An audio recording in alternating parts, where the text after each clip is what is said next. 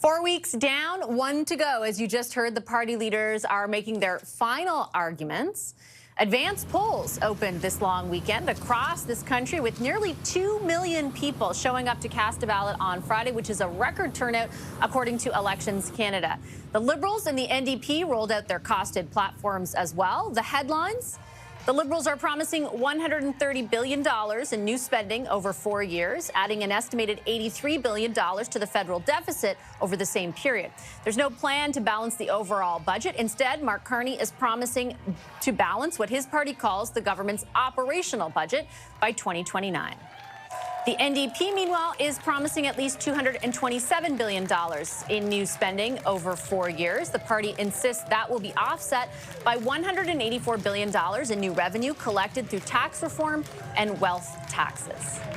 The Conservatives, meanwhile, have not yet released their election platform. They're promising to do so in the, quote, coming days. Instead, this weekend, leader Pierre Poilievre announced a Conservative government would grant judges the power to send offenders struggling with addiction to mandatory treatment. There is a ton for us to talk about heading into this final week. Our Sunday strategy session is here to do just that. Kathleen Monk is the former Director of Communications to the late Jack Layton.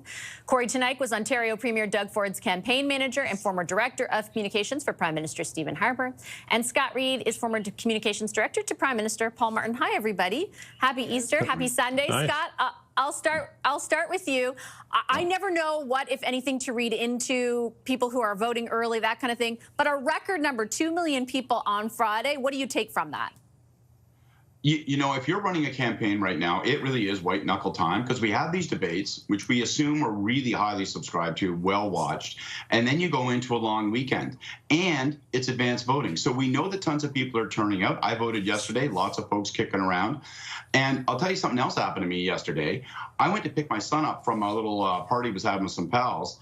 Parents brought me in, sat me down, fed me coffee, and talked to me for 45 minutes about the election. And I think that's happening all weekend long, all across the country. And so the reason it unnerves campaigns is that your tracking isn't as reliable on a long weekend, the reporting of polls isn't as frequent, and you're wondering, did something happen? Is something happening? If people are voting in droves, how is that breaking for us? So there's an element of mystery to a big, long weekend, especially when people are voting like this. My guess is everything is on track. We probably haven't seen a disruptive event. The debates probably didn't change the trajectory of this campaign, but we're not going to know, and the campaigns aren't going to know until we get to Tuesday or Wednesday. That's just the bottom line truth of it. Do you have a gut feeling, Kathleen, about whether or not the debates were disruptive in any way? In the way Scott's describing that? Yeah, I'm not sure if they actually changed too much. I mean, I'll have more to say on Jagmeet Singh's performance in a bit, but I do think that it showed how each leader is trying to frame up basically the fight and the crossroads that Canada is at right now.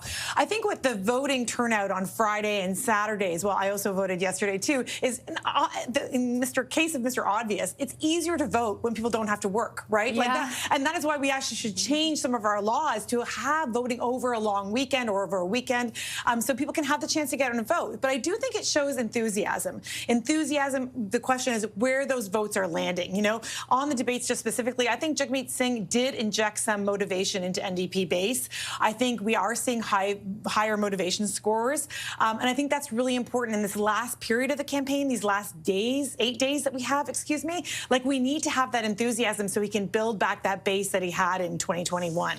Is there still possibility over the period that remains, Corey, for things to shift? I think it was you making the point last week that, yes, there have been, 3 to 5 point jumps back and forth in the polls, but largely things have, remained fairly stagnant. The Liberals have a bit of the edge from the beginning of the campaign, and they still, according to public opinion polls, do.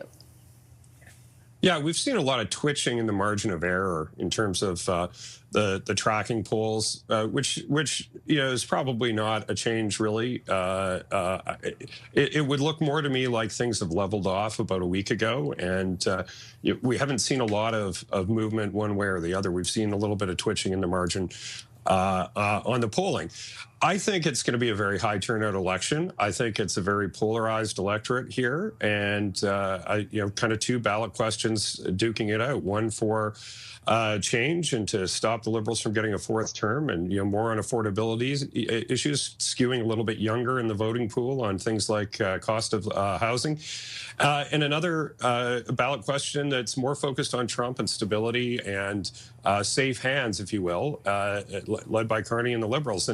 And I think that those two competing ballot questions have really pushed both the NDP and the Bloc out of the conversation in a way that we haven't seen in the past. Scott, I wanted to pick your brains, and I'll get Kathleen to respond to that in a second, but just more so on strategy heading into these last 8 days. You all three have described kind of the state of the electorate, the state of the election. What does that, or how does that inform the strategy you expect to see deployed over this final week? I think that all the campaigns face the same challenge, which is how to make certain they wrestle this thing back to their strengths. And then I'll isolate Carney, for example. I think, that Jagmeet Singh's fighting for his life. He looks pretty impassioned.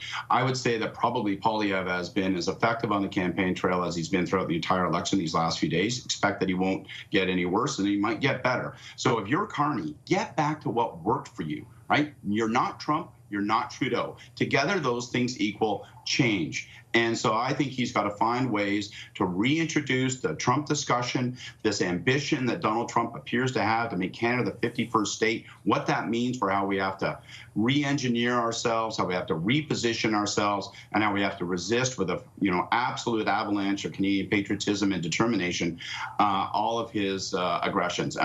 He's got to find ways to make that resonant day after day after day until the very final election day. If he can do that, he's going to win this thing. If not, well, then he leaves it to chance, and you don't like to leave elections to chance.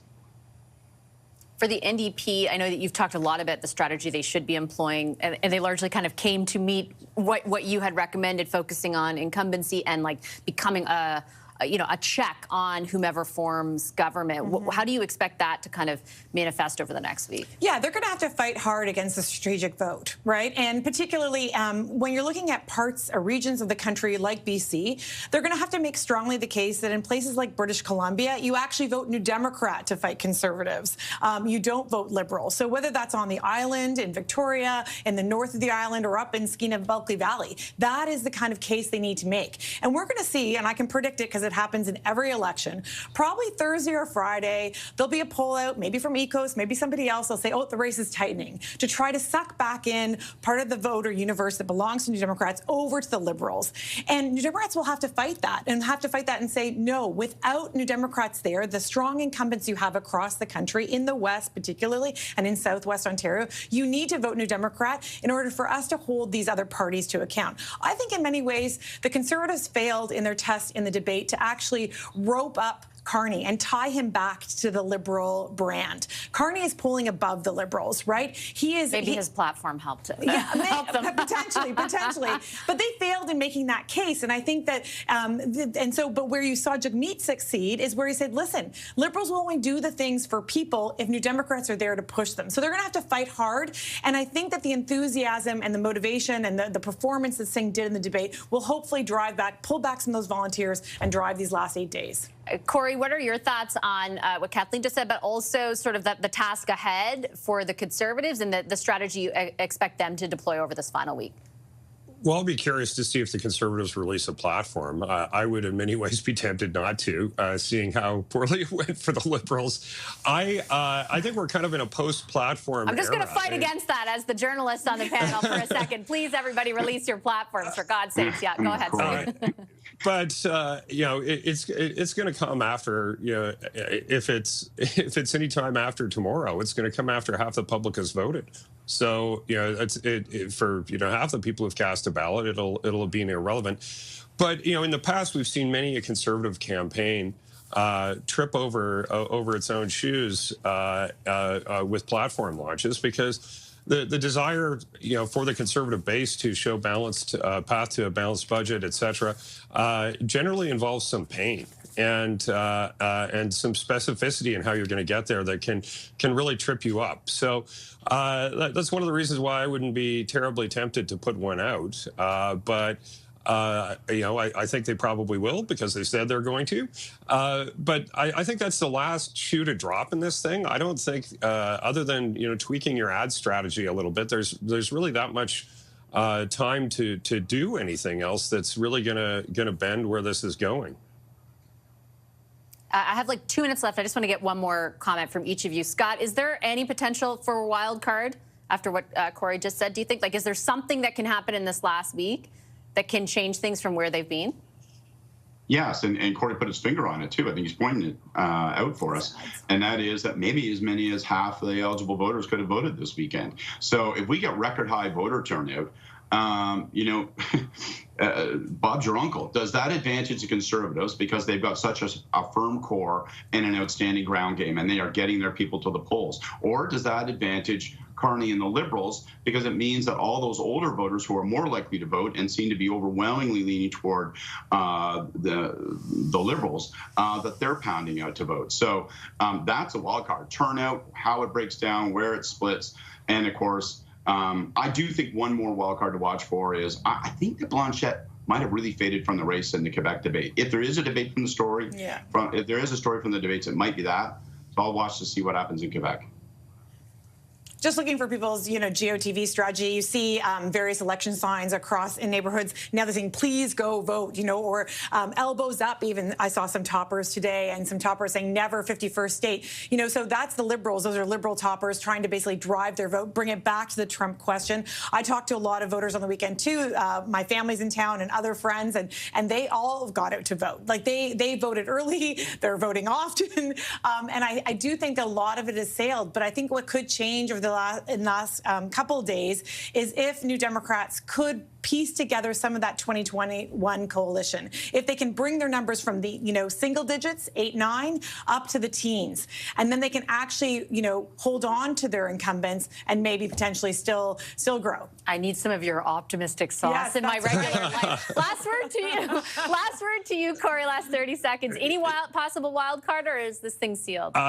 Conservative platform, I think that's the last thing that might make an impact here. Aside from that, I think this is in the oven, and we'll see what kind of cake we bake at the end of it. I look forward to baking with all of you for the last week. Thank you very much for making the time. Our Sunday strategy session, Kathleen Montgomery tonight and Scott Reed.